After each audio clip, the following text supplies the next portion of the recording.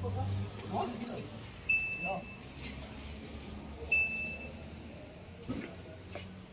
mana ya banyak yang ini trik bang ya.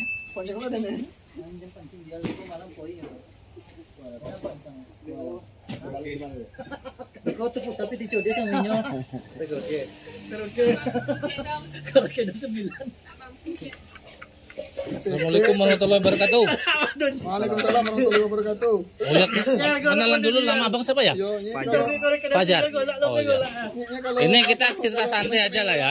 Cerita santai. Ini kan status saya ini kan sebagai kurir nih. Saya mau nanya nih. Tadi saya cerita-cerita sama orang kurir yang 11 itu. Gimana nih Pak? Udah jam segini harus nunggu slot 3.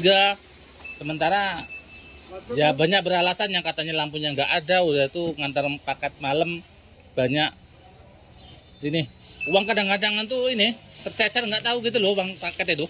Nah sudah itu kan tadi saya kasih jawaban gini aja lah kita bilang sama orang gudang, maksudnya ya yang apa lah yang punya nama di sini siapa yang orang gudang itu kan, maksudnya yang dipandang gitu lah.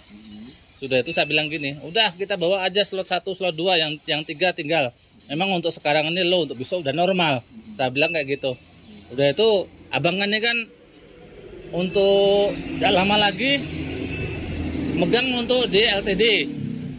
Maksud rencana abang apa akan diterapkan seperti yang sekarang kurir wajib wajib membawa slot 3 atau slot 3 tinggal aja dibawa besok, sekarang bawa slot 1 sama 2 atau gimana gitu. Pada intinya gini Pak, sebenarnya kalau menurut SOP itu terutama dedicated ya, dedicated itu kan ada target productivity, sehari harus ngantar berapa. Jadi ini kan antisipasi kenapa teman-teman harus menunggu slot 3 supaya tidak bolak-balik. Karena yang namanya target productivity harus tetap dicapai apalagi oleh dedicated. Itu wajib hukumnya Pak. Gitu loh. Nah mengingat teman-teman ini kan dari titik gudang ke lokasi pengantaran itu jaraknya berbeda-beda, bagi yang dekat silakan, kalau memang mau berangkat duluan silakan, gampang siang balik lagi ke sini ngambil slot 3. Tapi kalau teman-teman yang jauh kami sarankan tetap harus nunggu slot 3 supaya dibawa. Target produktivitas kita berapa sekarang Pak? Satu dari tiket 91 96 delivery katanya ya, jadi harus kita bawa di atas itu gitu. Sekarang harus di atas itu bawanya kan. Nah, jadi itu antisipasi itu, daripada bolak-balik makan waktu mending ditunggu saja. Nah masalah pengantaran teknisnya bagaimana saya nggak tahu, yang tahu kan teman-teman di lapangan ya. Tadi kan orang kurir yang di sebelah sana tuh bilang gini, orang gudang ini nggak mau tahu dengan kita yang di lapangan gitu. Soalnya kita ini ujung tombaknya gitu loh. Begini Pak. Maksudnya kalau seandainya diterapkan ambil paket slot 1, slot 2 itu kan bisa berangkat pagi, bisa cepat selesai, cepat istirahat kan gitu. Betul. Kami juga pengennya, kita semua pengennya juga seperti itu. Bisa selesai cepat, teman-teman juga yang ujung tombaknya ini bisa selesai cepat, pulang cepat, istirahat. Karena kami juga deg-degan juga nih Pak, kalau misalnya malam teman-teman masih berjalan gitu ya kan, resikonya kan ke teman-teman gitu. Nah sementara kita ini tidak ada akses untuk merubah jadwal line haul ini tadi Pak. Kita sudah berusaha kemarin untuk paling tidak tetap 3 slot nih masuk, tapi jamnya dirubah deh.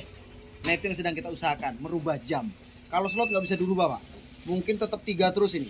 Tapi kita lagi coba geser supaya slot yang ketiga ini nggak sesiang ini, bisa lebih pagi supaya teman-teman juga bisa proses cepat dan teman-teman bisa datang berangkat lebih cepat pula.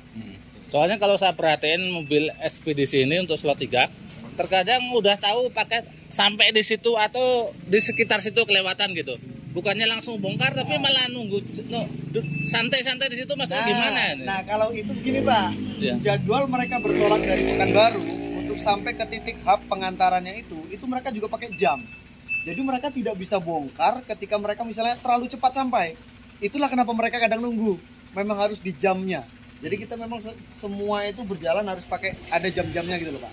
Oh ini jawabannya bagus nih, soalnya banyak kurir ini yang punya penilaian negatif sama ekspedisinya ini. Enggak apa-apa, aku malah senang kalau cerita-cerita gini. Iya, nah makanya ke depan kita terapkan paling tidak briefing 2 kali seminggu.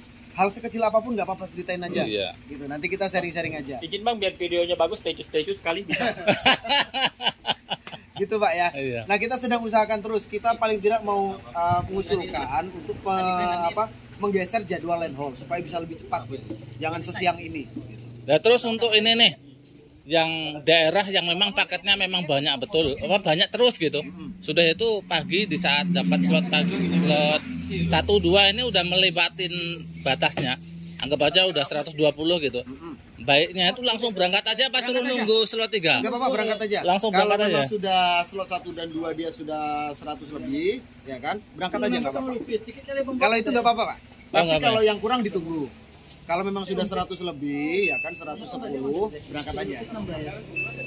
Kalau memang lagi pas lagi banyak, nggak masalah. Berarti kan tinggal orang di gudang mempersiapkan jauh hari sebelum itu, ketika event nambah manpower, nambah kurir lagi gitu. Itu jawabannya.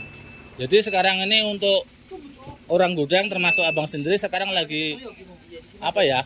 Lagi ada misi untuk supaya slot ya lebih cepat. Iya, supaya berangkat lebih pagi gitu ya. Gitu. Kalau untuk ngerubah slot itu menjadi 2 slot, kami kayaknya nggak ada kuasa untuk ke sana. Tapi kalau untuk menggeser jamnya, kita sedang diskusikan itu dengan tim pusat. Oke, mudah-mudahan cepat terrealisasi ya. Ya, teman-teman kurir yang lain maksudnya bisa berangkat pagi nih. Iya, kasihan betul nih. Termasuk saya sendiri udah nggak ada lampunya nih. Nah, harus kadang-kadang mbak center gitu kan.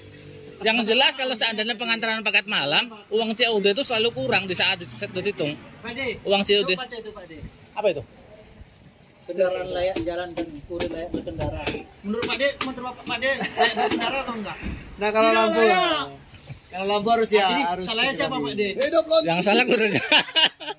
Oke, cerita kabari pagi semoga bisa diambil manfaat. Assalamualaikum warahmatullahi wabarakatuh. Waalaikumsalam.